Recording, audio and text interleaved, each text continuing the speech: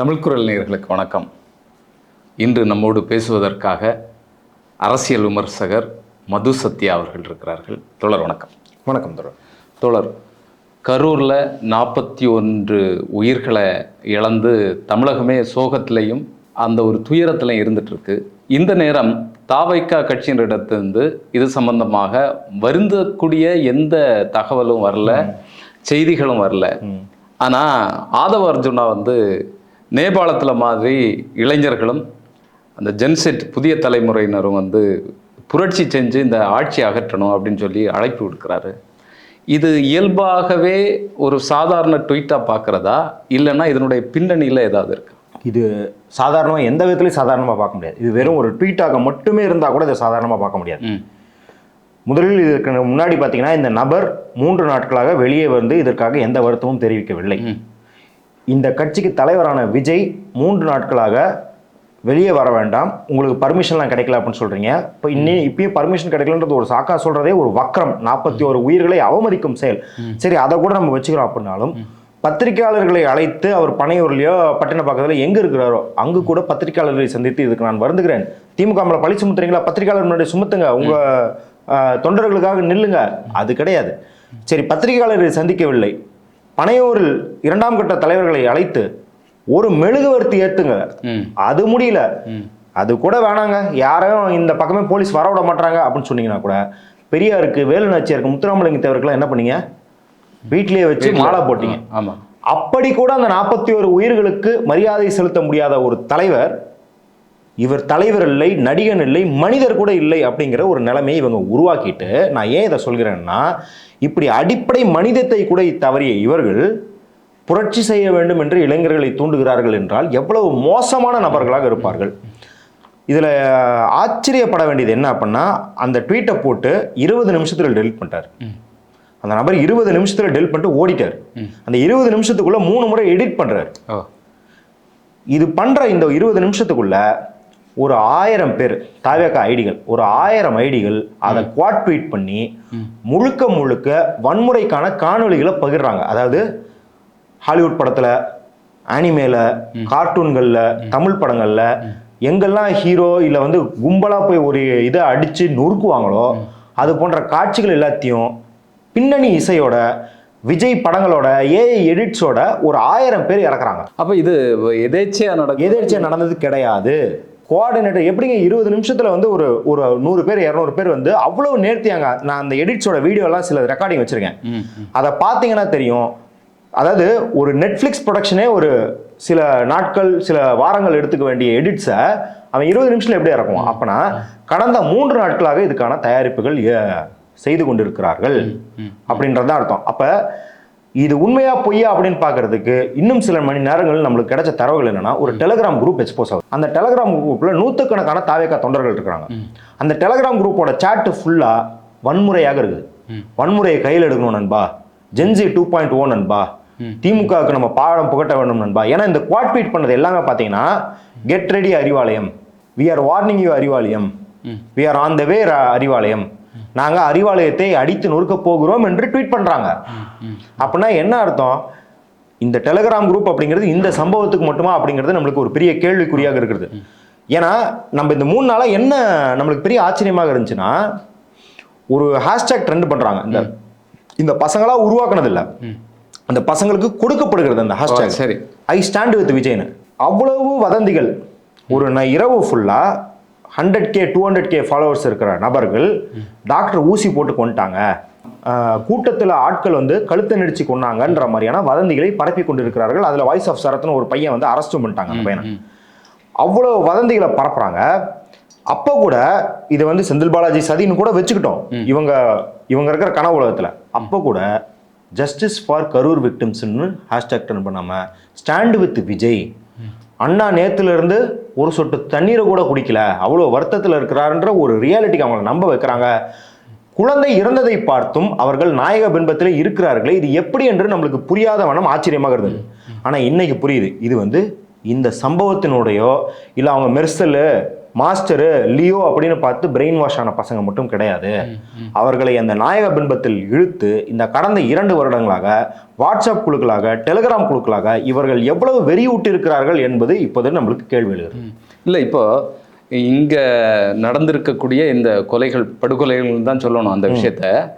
இது வந்து எதேச்சையாக நடந்தது. என்னன்னா, கீழே துடிச்சிட்டு இருக்கிறாங்க, மேல வந்து விஜய் வந்து பேசுறதுக்கு போறாரு, தண்ணீர் கொடுக்குறாரு. மேல வந்து விசுவல் வந்து கரெக்டா தெரியும், நமக்கு வீடியோல பார்க்கும் போதே தெரியுது. அழுகுரல் வந்து சத்தம் போடுறது, அப்புறம் வந்து செருப்பை தூக்கி வீசுறாங்க விஜயுடைய கவனத்தை திசை திருப்புறதுக்காக. இப்படி பல விஷயங்கள் நடந்துட்டு இருக்கு. அப்போ இதை வந்து கண்ட பிறகும் வந்து அவர் வந்து தான் என்ன செய்ய வந்தேனோ அதை மட்டும் செஞ்சுட்டு போகணும் அப்படிங்கிற இதில் இருக்கிறத என்ன மனநிலைன்னு புரிஞ்சுக்கிறது. அது ஒரு குரூரமான மனநிலை தான். ஏன்னா நீங்கள் வந்து அவர் பார்த்தாருன்னு சொல்கிறீங்க இல்லையா, பார்த்ததை தாண்டி நேற்று சாயங்காலத்துலேருந்து நம்மளுக்கு லைவ் ஆடியோ அங்கேருந்து கிடைக்குது. அந்த பவுன்சர் அவர்கிட்ட சொல்கிறாரு, please ask them to leave way for ambulance. இவர் தான் முதல்ல ஆம்புலன்ஸை கலாய்க்கிறாரு. நீங்கள் யோசிச்சு பாருங்க, ஒரு சமூகத்தில் மனிதத்தன்மை போய்விட்டது அப்படின்னும் போது பல பிரச்சனைகள் நடக்கும். ஆனால் இதை தொடக்கூடாதான்னு வச்சிருப்பாங்க சிலதை. அதில் ஒரு விஷயம் ஆம்புலன்ஸ். நீங்கள் எவ்வளோ பெரிய அடிதடி போட்டுக்கிட்டாலும், நம்ம கேரளாவில் வந்து ஒரு 2 வருஷத்துக்கு முன்னாடி ஒரு சம்பவம் நடந்தது. காங்கிரஸ்காரர்களுக்கும் கம்யூனிஸ்டுகளுக்கும் அடிதடி, கை கால்லாம் உடச்சிக்கிட்டாங்க. ஆம்புலன்ஸ் சொன்னோன்னு 2 பேரும் வழி விட்டு ஆம்புலன்ஸ் பண்ணதுக்காக அப்படியே அந்த சண்டை தொடர்ந்துச்சு. அப்போ இது வந்து இவர்கள் 2 தரப்பும் எப்படி இருக்காங்கன்றது இல்லை. ஒரு சமூகத்தில் அறம் என்பது ஆம்புலன்ஸை தொடக்கூடாதுன்றதெல்லாம் லாஸ்ட். இதுக்கு கீழே போச்சுன்னா அந்த சமூகம் வந்து சீரழிய போகுதுன்ற மாதிரி. ஏன்னா இஸ்ரேல்காரன் என்ன பண்றான், ஆம்புலன்ஸ் மேலே கொண்டு போறான், மருத்துவமனை மேலே கொண்டு போறான். அப்ப ஆம்புலன்ஸ் வழிமறிச்சு அடிக்கிறது அப்படிங்கிறது வந்து ஒரு மனிதத்தன்மையின் கடைசி கட்டமாக சீரழிவுன்ற மாதிரி பார்க்க முடியும். அப்ப அதை ஒரு தலைவன் தூண்டுறான், என்னப்பா நம்மள மட்டும் ஆம்புலன்ஸ் வருது. ஏங்க நீங்க ஒன்றும் இல்லைங்க, இப்பெல்லாம் வேணாம். 2021 தேர்தல் பிரச்சாரத்தை நீங்க அது வந்து சீமான் தேர்தல் பிரச்சாரம், உதயநிதி அவர்கள் தேர்தல் பிரச்சாரம், அண்ணாமலை தேர்தல் பிரச்சாரம் எல்லாத்தையுமே எடுத்து பாருங்க. 10 மீட்டிங் இருந்தால் 2 மீட்டிங்ல தான் ஆம்புலன்ஸ் போகும். ஏன்னா நீங்க சிட்டியில் நடத்துறீங்க. நீங்க ஆம்புலன்ஸ் சிட்டியில போறதுங்கிறது வந்து நீங்க சிக்னல் நின்னீங்கன்னா 5 சிக்னலுக்கு 2 சிக்னல் ஆம்புலன்ஸ் இல்லாம போக மாட்டீங்க. நீங்க அந்த அளவுக்கு இருக்குது இப்ப. அப்ப அப்படி இருக்கும்போது ஆம்புலன்ஸை காட்டி என்னப்பா ஆம்புலன்ஸ் வருதுன்னு கலாய்க்கிறாரு. அதுக்கப்புறம் அது நம்ம ஆம்புலன்ஸ் தான் சொன்னோன்னே வழி விட சொல்றாரு. பவுன்சர் சொன்னதுக்கு அப்புறம் ஆதவர்ஜுனா கேட்கிறாரு, கேன் ஐ கண்டினியூன்னு கேட்கிறாரு. ஆதவர்ஜுனா வந்து மேல வந்துட்டு yeah you can continue but please call doctor Prabhu அப்படின்றாரு. இவர் டாக்டர் பிரபு கொஞ்சம் ப்ளீஸ் கம் ஃபார்வர்ட், கொஞ்சம் கிட்ட வாங்க அப்படின்றாரு. அப்ப ஏதோ ஒரு சம்பவம் நடக்குதுன்னு தெரியுது. நடந்ததுக்கு பிறகும் இதை செய்கிறார். இந்த பக்கம் நடக்குது, திரும்பி அந்த பக்கம் பேசுறாரு. அங்க திரும்பி நின்று பேசுறாரு. அந்த பக்கத்துலயும் கேட்டோன்னே நாய்க்கு பிஸ்கெட் போடுவதை போல பாட்டில் போடுறாரு. இந்த ஆள் ஒரு மனிதனான்னு கேட்கிறேன். அப்ப எவ்வளவு குரூர சிந்தனை. இன்னும் சொல்றாங்க, இவங்க வந்து எப்படி சம்பவம் நடந்து 10 நிமிஷத்துல செந்தில் பாலாஜி ஆஸ்பத்திரி போறாங்கன்னு கேட்கறாங்களே, செந்தில் பாலாஜி விட்டுருவோம், அவர் சதி பண்றாருன்னு கூட வச்சுக்கோங்க நீங்க. ஆனா இந்த 10 நிமிஷம் 15 நிமிஷம் சொல்றாங்கல்ல, இதுவே எவ்வளவு பெரிய பொய் புரட்டுனா, 10-15 நிமிஷம் உங்களுக்கு தெரிஞ்சதுக்கு பிறகு, இதற்கு முன்னாடியே இந்த சம்பவம் நடக்க ஆரம்பித்து விட்டது. காவல்துறை அங்கே இவர் 10 ரூபா பாட்டிலுக்குன்னு பாடிட்டு இருக்கும்போது செத்து விழ ஆரம்பிச்சிட்டாங்க மனுஷங்க. போலீஸ் அதை வந்து தூக்கிட்டு இருக்காங்க. அப்ப அது அப்பவே அவருக்கு தகவல் போயிருக்கும். உனக்கு தெரிஞ்சு 10 நிமிஷம் அப்படிங்கிறத வச்சுக்கிட்டு நீ இந்த பொய் பிரச்சாரத்தை பண்ற.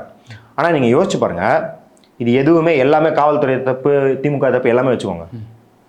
7 மணி நேரம் ஒரே இடத்தில் தான் ஆயிரக்கணக்கான, லட்சம் பேர் கூட இருக்கலாம், மொத்த கரூர் நாமக்கல் சேர்த்தா 1,00,000 பேர் தனக்காக வெயிலில் சாப்பாடு குடிநீர் இல்லாமல் காத்திருக்க வேண்டும் என்று ஒரு தலைவன் நினைக்கிறான் என்றால் அவன் ஹிட்லருக்கு சமமான. இந்த ஆளுக்கு அரசியல் தெரியலங்கிறது முன்னாடி குறையா சொன்னோம். இப்ப நல்ல வேலை இந்த ஆளுக்கு அரசியல் தெரியல. இவனுக்கு அரசியல் தெரிஞ்சுதான் இவன் ஹிட்லர் ஆயிருப்பான் போல. ஏன்னா 6 மணி நேரம் 7 மணி நேரம் ஆயிரக்கணக்கான பேர் அப்படி நிக்கணும்னு ஒருத்தன் வேணும்ட்டே லேட்டா வரான் அப்படின்னா எவ்வளவு அந்த அந்த ரசிகர்களை என்னவா பயன்படுத்தணும்னு அவர் யோசிச்சிருக்காருன்னு பாருங்க.